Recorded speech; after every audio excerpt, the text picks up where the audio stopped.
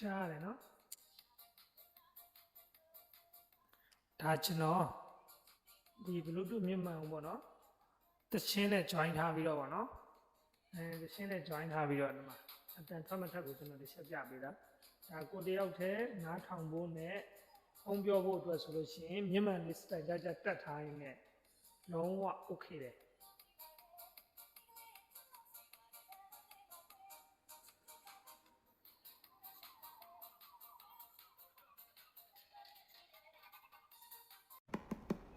ရိုးမြင့်မှန်မဟုတ်တော့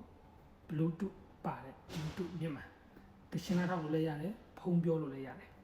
အနေထားဘယ်လိုရှိလဲဆိုတာကိုကျွန်တော်ဖွင့်ပြပေးမယ်လက်ဆောင်ပေးလို့တော့မိုက်နေတယ်လားနော်โอ้အထက်မှာအိတ်လေးနဲ့သူ့အိတ်လေးနဲ့ဒီမှာအသွင်ကျိုးညမှန်ဆိုတော့ဒီမှာသူ့ရဲ့ cleaning လုပ်တဲ့ပဝါလေးဒီမှာနေထားလေးတစ်ချက်ပြတော့โอ้အထက်မှာပုံစံလေးကဒီလိုဗျာပုံစံလေးကဒီလိုဗျာဝါခိုင်းအနေထားနဲ့ style design အနေထားတော့စိုးပြောရမယ်ကျွန်တော်တက်ကြည့်လိုက်ပါဦးဝါ amazing amazing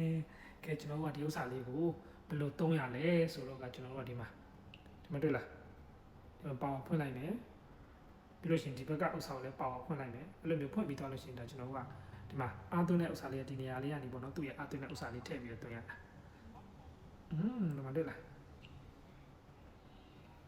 အဲ့ဒါကိုဖုံးမဲ့ join ပြီးတော့ကျွန်တော်ကတရှင်းနားထောင်လို့ရတယ်နော်ဒီလိုမျိုးလေး